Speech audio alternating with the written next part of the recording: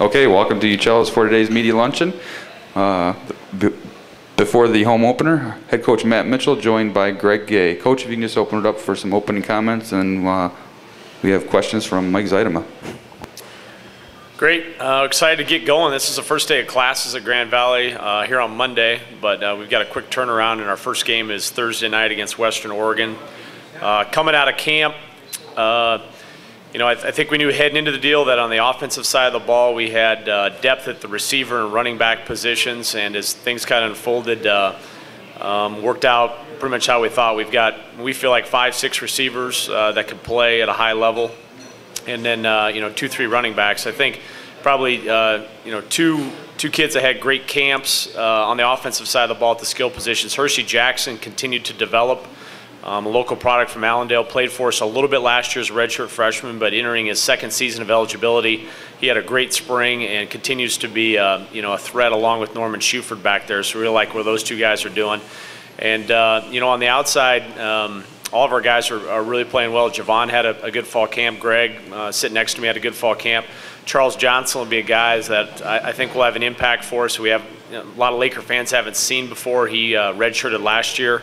And then, Israel Woolfork and Brandon Green both coming along too. So offensive line, it's still a little bit of work in progress. We've kind of got the left side of the line is solidified. Jim Hardy's doing a great job at center. And then Tim Lolito and Andrew Biedenbender at left guard and left tackle have been really solid all camp. And then I think over on the right side, you're going to see 3 guys Thursday night, and maybe 3 guys here at the beginning of the season, with Ian Evans at guard, and Tyler Moran and Alex Ahey at tackle. And so and that group has been coming along, and as camp proceeded, we continue to run the ball better, and using some different sets and doing some different things. On the defensive side of the ball, as we thought heading into camp, our defensive line has been a strength for us. The return of Danny Richard, having him out there, has been a great boost to us, along with Andre Thomas coming back. And then we've seen elevated play from some juniors that played last year, sophomores. Denzel Rogers, Ryan Pettis had a really good camp, Brandon Allen, Hunter Charneski, Ricky Thomas, to name a few guys down inside. So, the back end of our defense, we're going to miss Zach Breen for the first 5 games. And then we had a preseason injury, kind of a thing that's tough to plan for, with Chris Hewley, so he'll be out indefinitely. And so as a result, in the back end of our defense, we have really no seniors in the back end with our secondary. And so some of our younger guys that played last year are going to have to step up and make some plays. So kicking game, Ryan Stokes has been handling all our place kicking duties, and Chris Picano is our punter. In terms of our kickoff guy, we're still kind of deciding between Ryan Stokes and Marco Idarosa, but Ryan's had a really good fall camp with kicking the ball. So we're excited to get out there against Western Oregon. Obviously, a team that we have never played before, and is an opponent that we're not too familiar with. And so there's a little bit heading into this game, you're not quite sure what you're going to get. They may have changed some things schematically. They might have a transfer or some new players, some redshirt freshmen you've never seen on tape. And so I think as a whole organization, from the coaching staff down to the players, we have to be ready to handle some adjustments if we get something out of Western Oregon that we had not planned for or had not seen on tape. But they compete in the Great Northwest Athletic Conference. Probably the team that's been the best out of that league is Central Washington. We played Central Washington on a route to one of our national championships in 2005, 2006. But Western Oregon has 7 returners on defense. That's definitely the strength of their team. Their head coach is their defensive coordinator.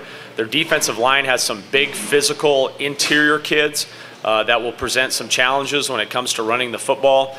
They have a junior safety that's an all-conference player and really shows up a lot on tape.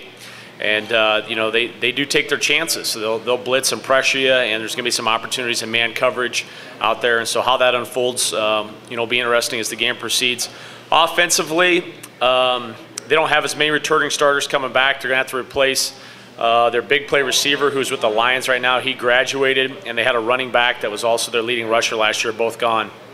Last year, at times, they struggled to figure out who was their best guy under center. They played 3 different quarterbacks last year. Just looking at the depth chart and maybe the way the end of the season unfolded, the Ryan Mazzucci, Evan Mazzucci has kind of probably established himself, so we're kind of preparing for him to be the starter. But I think probably the biggest challenge with their offense is they do a lot of stuff. They're in they'll jump back and forth from 6, 7 different personnel groups. So one snap, you have to go 5 wides with no back in the backfield. The next snap, you're having to defend 2 tight ends in the game and 2 backs in the backfield. And so that great variety in personnel groups and formations represents the biggest challenges for defensively in terms of getting lined up and what we're getting ready to do. But it's always exciting to me to play somebody we have not played before. And I think it represents a unique opportunity for our team to get off to a 1-0 start and start the thing off right. And we're looking forward to a great crowd Thursday night at home. Coach, I hate to bring it up. The last time you played a team you didn't know anything about was obviously Augustana. I mean, are you able to take anything away from that and apply it to this, even though the stakes are obviously a lot different? Yeah, I think the situation, there's some similarities too with that, Mike. Last year, Augustana had, because they had a bye, had 2 weeks to prepare for us.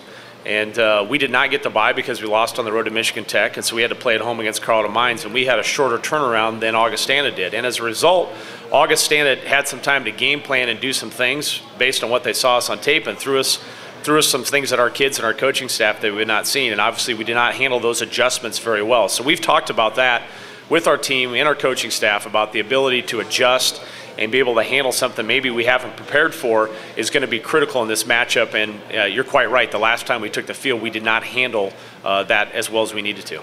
Does that concern you at all, just given that in certain spots you do have some younger guys, especially, I guess, under center? Yeah, it concerns me. Obviously, the quarterback position and what we ask that guy to do, it concerns me. I probably rest a little easier in the fact that last year's quarterback had been in our system 6 months and did not have as big a database and knowledge on what we were trying to do, whereas the guy that we're having under center here has been here a good 24 months and understands more what we're trying to get done. I think the other factor that is part of it is the staff itself. Last year we had new head coach, new offensive coordinator, new secondary coach, new linebacker coach, new offensive line coach. And now we've all been together 18 months, and there's a little bit more of us being able to, when things happen in practice, and obviously most important during games, if something to occur, we're more on the same page about how the adjustments need to happen and get those adjustments communicated to our players promptly so that we can get them out there and put them in the best chance to succeed. Conversely, on the defensive side of the ball, it seems like you're even more experienced, not only with guys who are coming back from injuries or whatever, but also with those younger guys that are able to play more. We are, and I think what that allows those kids to do is maybe to pay a little bit more attention to what's happening on the other side of the ball. I think last year with our corners, both those corners that played were redshirt freshmen. They were just worried about their self, their technique, what they had to do. And now I think we're gotten to the point with all 3 of them that thing, they're a little bit on autopilot on their technique and what they're supposed to do. Now they can pay attention to maybe wide receiver splits, formations, and start getting some advantages based on what they're seeing from the offense, whereas last year all they could do is really worry about themselves. And I think the same thing at the defensive line. You've got some guys that have played college football at a high level. And last year, Danny and Dre played in 2009, part of the national championship game. So they went through a lot of game plan meetings. They were part of a lot of different schemes and structures, and they're right back in there. And that helps along with the experience of those sophomores we had last year that had to play. I know special teams is something too that you focus a lot on, and kind of a position that gets overlooked sometimes is long snapper. How do you feel Lucas is faring there, especially considering the guy you replaced? Yeah, he's doing really well. Now we've also tried to make sure that we put him in some positions schematically and stuff to not put a ton of pressure on him.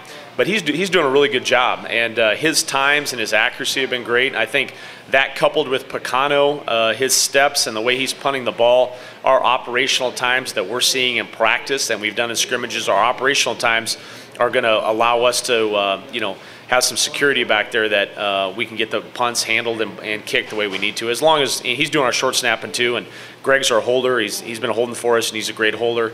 And we say all the time the 3 most important guys on the extra point team are snap, hold, kick. If snap, hold, kick are good, it doesn't matter as much about what's going on in the other thing. If we've got good operational times, so through camp, knock on wood, we've had good operational times with both punt and our extra point field goal. And so if that holds up, I think we'll be all right Thursday.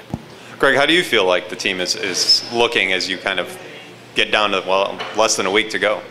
Well, I'm pretty excited because I believe we had a really good camp led by Heath, our quarterback. He's been doing really good. He's been, like I said, in our system for about 24 months, so he's been, really good. And then we have a lot of guys in our skill position coming back, and I'm really excited about everybody like that. Not just wide receiver, running back, but we have 2 senior tight ends that have been having a good camp and really good. So I'm just eager and excited to get this 2011 season going. And it kind of sucks for me because it's my senior year, so it's gonna be my first game. So I kind of want to take everything in and not take anything for granted, and hopefully have a good senior season.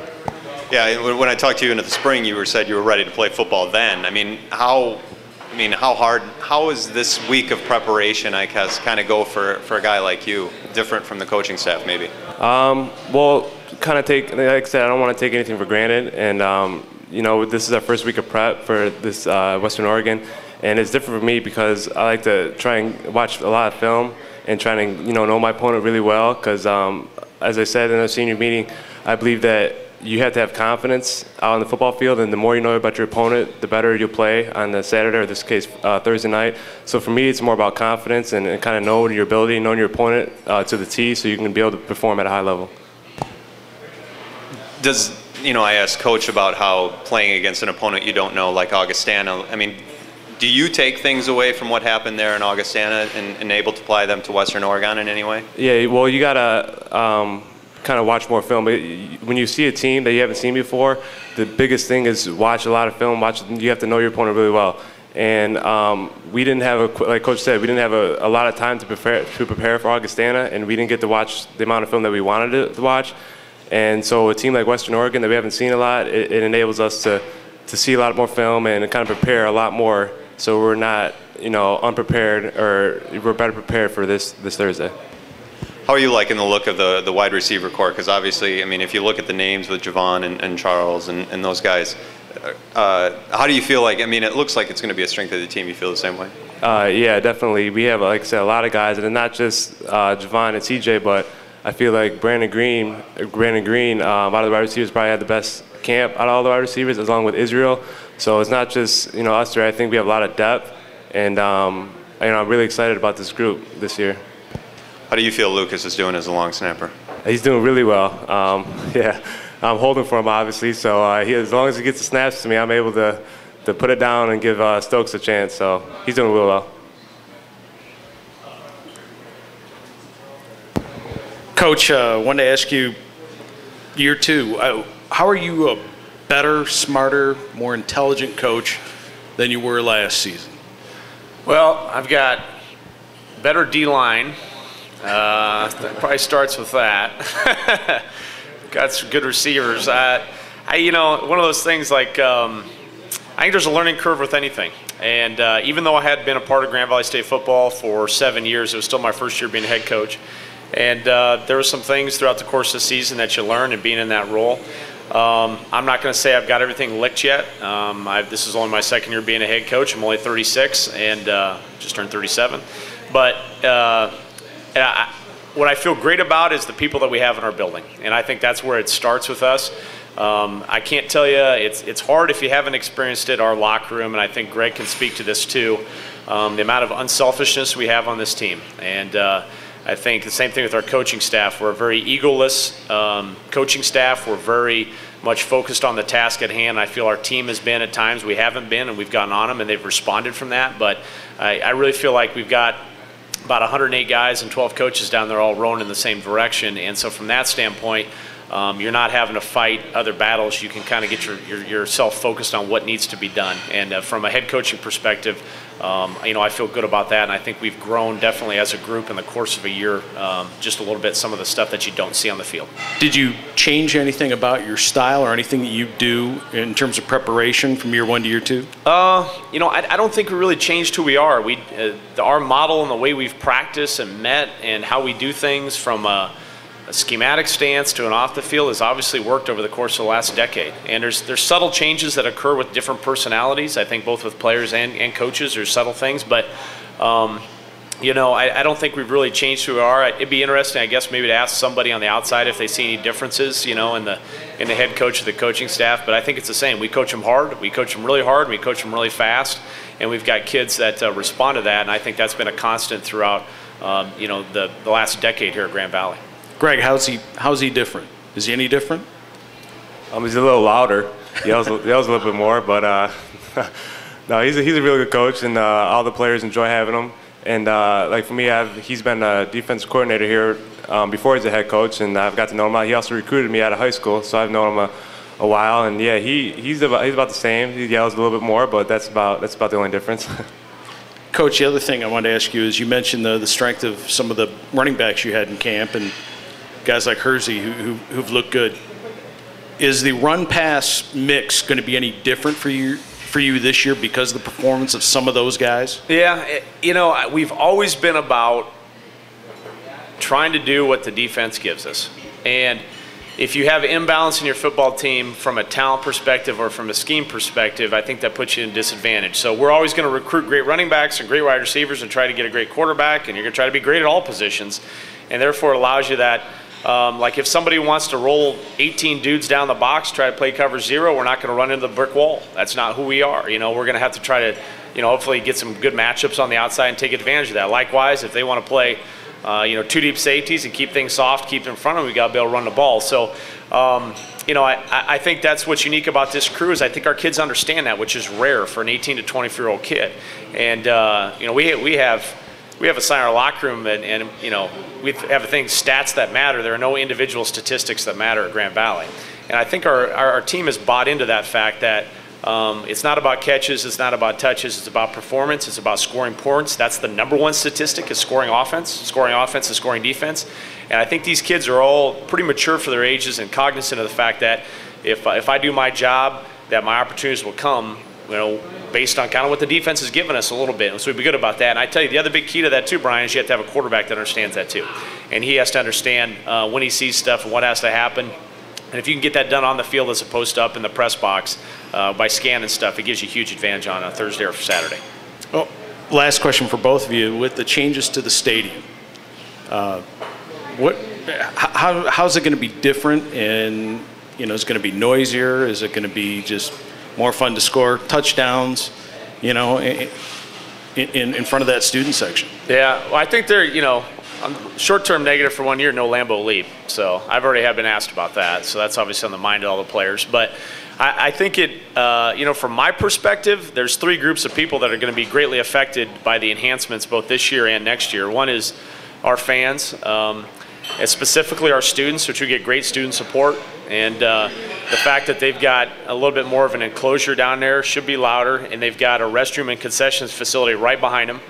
Whereas in years past, they had to walk a long ways to get a drink and, had to go other places for restrooms. So that's going to be much more enjoyable for them. For our players, I think this year the sound system is really, it's just cool. It's cool being out there when that sound system is going. I think our players get energized by that when they've been out there with that and the student section being winged. And then I think next year the surface and being lowered and the sound there will be even better for our guys next year. Unfortunately, Greg won't be around for that. And then for me, it matters in recruiting.